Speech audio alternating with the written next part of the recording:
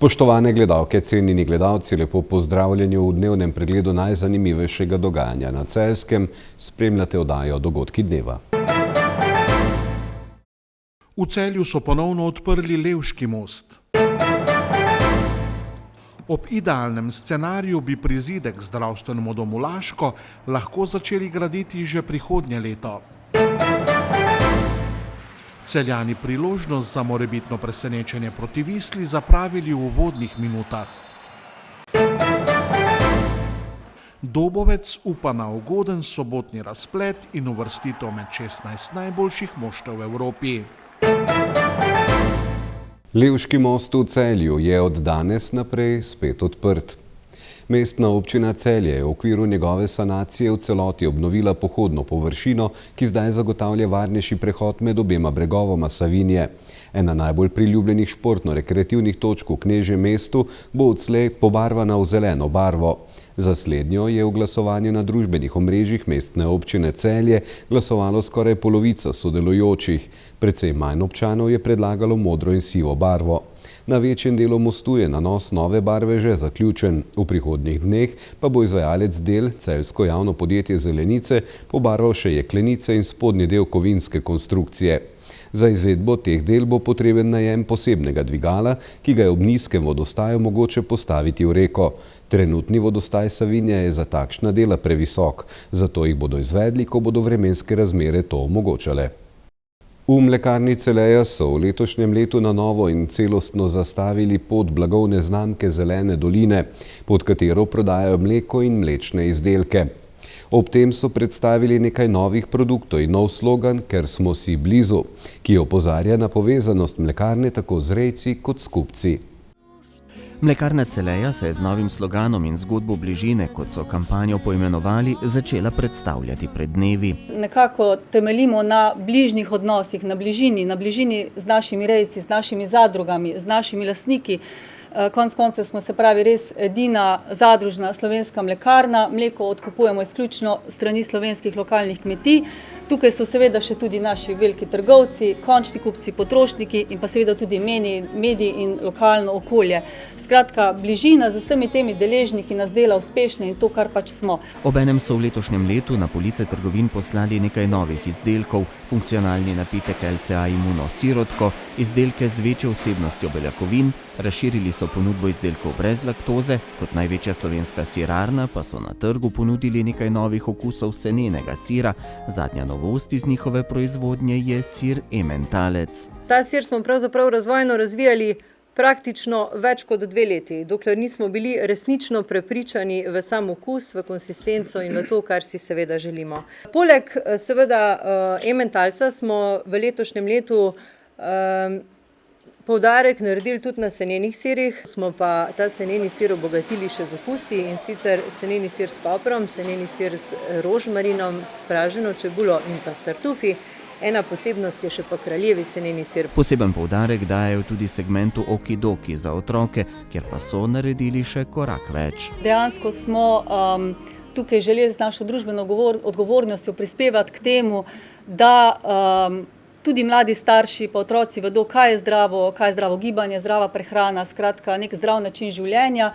In dejansko se z mlečnim kotičkom nekako pojavljamo in predstavljamo v največjem nakupovalnem središču v Sloveniji v BTC-ju, v sklopu BTC City, kjer se otroci lahko prelevijo torej v neke poklice ali pa se spoznajo z nekim področjem delovanja in tukaj se lahko tudi na koncu izdelajo svoj lastni jogurt. Izdelki Zelene doline so bili uspešni tudi na mednarodnem ocenjevanju mleka in mlečnih izdelkov Agra. Kraljevi seneni sir je prejel veliko zlato, seneni sir s praženo čebulo in deserta stračetelo in strastno pomarančo pa zlato medaljo.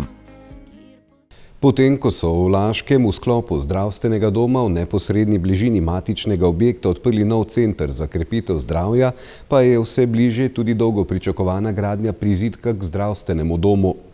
Z njo bi zagotovili dodatne prostore in možnosti tudi za nadaljnjo širitev dejavnosti. Če bodo na občini uspešni pri pridobivanju državnega denarja in če bodo v proračunu uspeli zagotoviti lasten delež, se bo gradnja lahko začela že prihodnje leto. Za prizidek zdravstvenemu domu smo pridobili celotno projektno dokumentacijo. Nekako načrtujemo, da bomo sedaj tudi upravičeni do vrednosti sofinanciranja strani Ministrstva za zdravje v višini nekaj več kot €1 milijon. Se pravi, ta pridobitev projektne dokumentacije in pa izbor samega izvajalca je predpogoj, da podpišemo z ministrstvom pogodbo o sofinanciranju. Gradnja je predvidena v letu 2024 in letu 2025. Naloga občine pa je seveda, da zagotovimo tisti preostanek finančnih sredstev, kar pa glede na trenutno situacijo po poplavah ne bo enostaven zalogaj.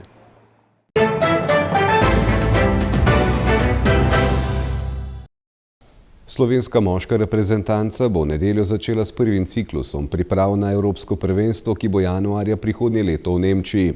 Selektor Uroš Zorman je na spisek uvrstil 21 rokometašev, med njimi je tudi član Celja Pivovarne Laško Tadej Mazej. Od 21 igralcev na reprezentančnem spisku jih je kar 16 v svoji karieri igralo v celjskem klubu. Mene to niti ne preseneča, ker v unem obdobju, ko sem jaz bil selektor, oziroma tam na začetku 2000, je bilo v Sloveniji ogromno kvalitetnih klubov, bilo je tudi klubi, kot so Velenje, Gold klub, potem Koper, tudi Prule, vsi so lahko igrali Ligo prvakov in to na kvalitetnem nivoju. Celje je osvojilo, drugi so prihajali četrtfinala, polfinala, tako da je bila ta kvaliteta razpršena. V zadnjem obdobju denarja ni, v klubi imajo vedno manj denarja, vsi padajo, ampak Celje je nekje najdlje držal ta visok nivo in normalen proces je bil, da so slovenski igralci pol prihajali v Celje, igrali Ligo prvakov in je bila to neka odskočna deska. Mislim, da je ta proces, glede na to, kakšno je stanje v rokometu, bil normalen, v redu. Obe članski reprezentanci bosta na bližajočih se velikih tekmovanjih naskakovali odmevni uvrstitvi, kar naj bi vsaj kratkoročno izboljšalo stanje panoge kot take in tudi stanje na krovni organizaciji, ki naj bi bila, če gre verjeti objavam v nekaterih medijih, v precejšnjih rdečih številkah. Vsi vam bojo rekli, če bo pa dober rezultat, bo pa vse se zboljšalo. Jaz mislim, da ni ravno tako. Se spomnim, ko je nekoč legendarni Tone Turnšek rekel, postali smo evropski prvaki, pa ne stojijo v vrsti, da bi bili naši sponzorji. Mislim, da to ni realno pričakovati. Bolj pomembno je, da se v tem trenutku zavemo, kaj je tisto, kar lahko naš šport reši. Naš šport reši samo dobra selekcija in kvalitetno delo z mladimi igralci. Vse je treba usmeriti v to, če hočemo, da bomo imeli nek kvaliteten produkt, ki se ga bo dal kasneje tržiti. Zdaj, to bo seveda kozmetično pa to mogoče malo pomagalo, če bo kvaliteten rezultat, vendar jaz ne verjamem, da se pri nas te zadeve potem kaj bistveno popravijo. Mi bi morali zdaj, rokometna zveza in rokometni delavci bi mogli zdaj takoj že delati na tem drugem projektu, ne da spet vse vložijo v rezultat prve reprezentance in pol pa mislijo, zdaj, ko bo se pa to zgodilo, se pa ne vem, kaj spremenili. Mislim, da se ne bo nič bistvenega spremenili, če ne bojo projekti tam, kjer smo šibki, to pa je tam, kjer smo bili včasih najmočnejši pri delu z mladimi, če se ne bojo spremenili. Tiselj je na težave v slovenskem rokometu opozarjal že več let, celo leta 2004, ko je bila ta panoga na vrhuncu. Takrat je predsedniku rokometne zveze poslal pismo z možnimi črnimi scenariji, ki so se potem zgodili v zadnjih letih. Pred Evropskim prvenstvom 2004 sem jaz za predsednika rokometne zveze takrat napisal, da to evropsko prvenstvo, takrat sploh še nisem vedel, da bom selektor reprezentance, da to evropsko prvenstvo ni pomembno samo, da naredi članska reprezentanca kvalitetne rezultate, ampak da mora to prvenstvo dati tudi neka dodatna sredstva, dodatni zagon za en projekt, ki sem ga jaz imenoval rokomet v osnovne šole, kajti v tistem trenutku sem tudi napisal, da smo, kar se tiče vrha, daleč najbolj kvalitetna športna panoga, kar se pa tiče baze, nas pa že drugi športi prehitevajo. In sedaj se je zgodilo s tem evropskim prvenstvom za dekleta, se je enostavno zgodilo ravno to. To evropsko prvenstvo je saj na zunaj po organizacijski plati zadovoljilo vse kriterije. Vemo, da kar se tiče obiska pa tega ne, da se je pridelalo minus, ampak minus se je pridelalo tudi preprosto zato, ker so se zbirali za določene zadeve najboljši ponudniki. Verjetno bi lahko delegacija EHF stanovala v kakšnem hotelu, ki je bil cenejši verjetno bi bil kak ponudnik cateringa, cenejši kot je bil Jezeršek in vse te ostale službe. Se pravi, šlo se na nek glamur, ni se pa razmišljalo na to, kaj bo ostalo potem. Zdaj, jaz bi res rado videl tistega, ki mi pokaže, kakšne pozitivne efekte je imelo to Evropsko prvenstvo, razen to, kar smo rekli, da je bil rezultat reprezentance kvaliteten. Po ženskem Evropskem prvenstvu se je zamenjalo vodstvo Rokometne zveze Slovenije. V zadnjem obdobju so v javnost prišle informacije o precejšnjem finančnem dolgu, v katerem naj bi bila krovna organizacija. Na skupščini se je govorilo, da je dolg nekje 800 000, sedaj pa so prišle že neke nove informacije, tako kot si ti dejal, 1 802 000. Na tej skupščini je predsednik rekel, da je treba transparentno delovati. Zdaj, če primerjamo odbojko pa rokomet, takoj ko so se pojavili tudi v zapisih, kako je dolžna odbojkarska zveza, je čez 2 dni odbojkarska zveza odgovorila in transparentno povedala vse podatke, kakšen je dolg, zakaj je nastal dolg, kako ga bo sanirali, odkot bo prišel denar in vse te zadeve, dočim v rokometu se še zdaj lovimo. Transparentnosti v tem pogledu ni, kakšen je dolg, kako ga bomo pokrivali, kako bomo te zadeve naredili. In kje so po Tisljevem mnenju rešitve za izhod iz trenutne krize? Mislim, da bo potrebno, če rečemo vsaj na 2 olimpijska ciklusa, da bomo uspeli rokomet spraviti tam, kjer smo bili. Seveda pa to pomeni sodelovanje, sodelovanje pa pomeni, da si transparentni, da se pogovoriš odkrito in da povabiš sodelovanje tudi tiste, ki malce drugače misle, sploh pa tiste, ki smo že dolgo časa opozarjali na te zadeve, kje so. Denar, ki gre za neke zadeve, ki kažejo kvalitetno zunanjo podobo, pa nimajo nobenega efekta, da ta denar je izgubljen. Se pravi, sredstva je treba vložiti v zelo kvalitetno delo z mladimi in pravilno selekcioniranje mladih. Zdaj, mi bi si lagali, če bi rekli, da mi v Sloveniji tega že nismo imeli. Mi v Sloveniji smo že vse imeli, ampak če te ljudje mislijo, da tisti, ki so v Sloveniji že to delali, niso dovolj sposobni, se pa treba mogoče ugledati na druge športne panoge. Se pravi, treba je najti prave ljudi, jih ustrezno motivirati. Zdaj, da ti daješ neke velike denarje v ljudi iz marketinga, te ne bojo rešili našega rokometa.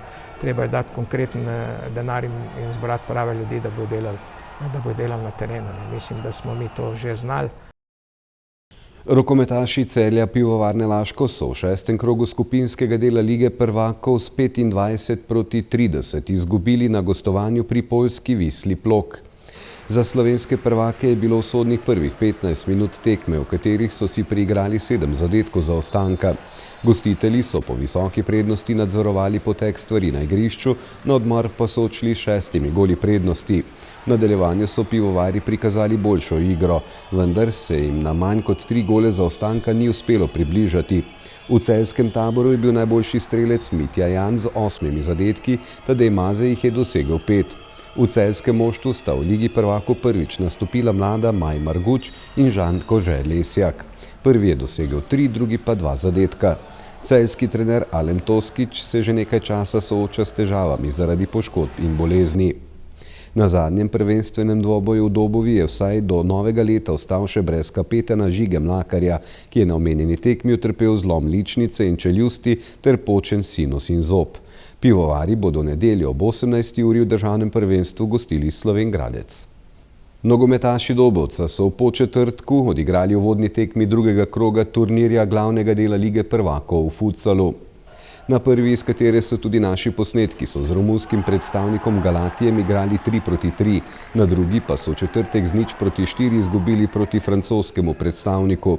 Romuni so na drugi tekmi s kar 0-12 izgubili proti Benfiki, ki je bila v prvem krogu boljša tudi od francoskega predstavnika.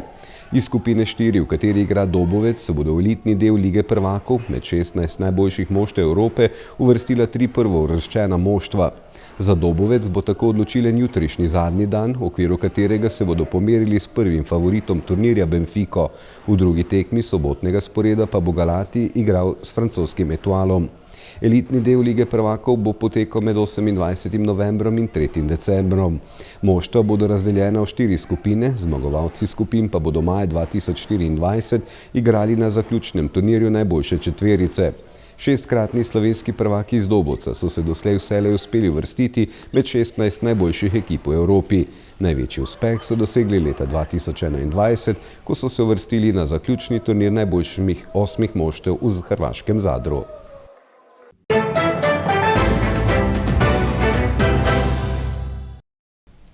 Jutri bo sprva zmerno do pretežno oblačno, po nekaterih nižinah tudi megleno. Čez dan bo delno jasno s spremenljivo oblačnostjo, predvsem v zahodni Sloveniji bo nastalo nekaj ploh.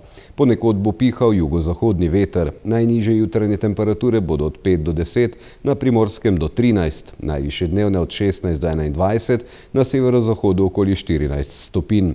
V nedeljo in ponedeljek bo v vzhodnih krajih večinoma sončno, drugod bo spremenljivo oblačno, predvsem na zahodu bodo nastajale krevne plohe. Pihal bo jugozahodnik. Spremljali ste oddajo Dogodki dneva. Hvala lepa za vašo pozornost, bodite z nami znova v ponedeljek. Lep pozdrav in srečno do takrat.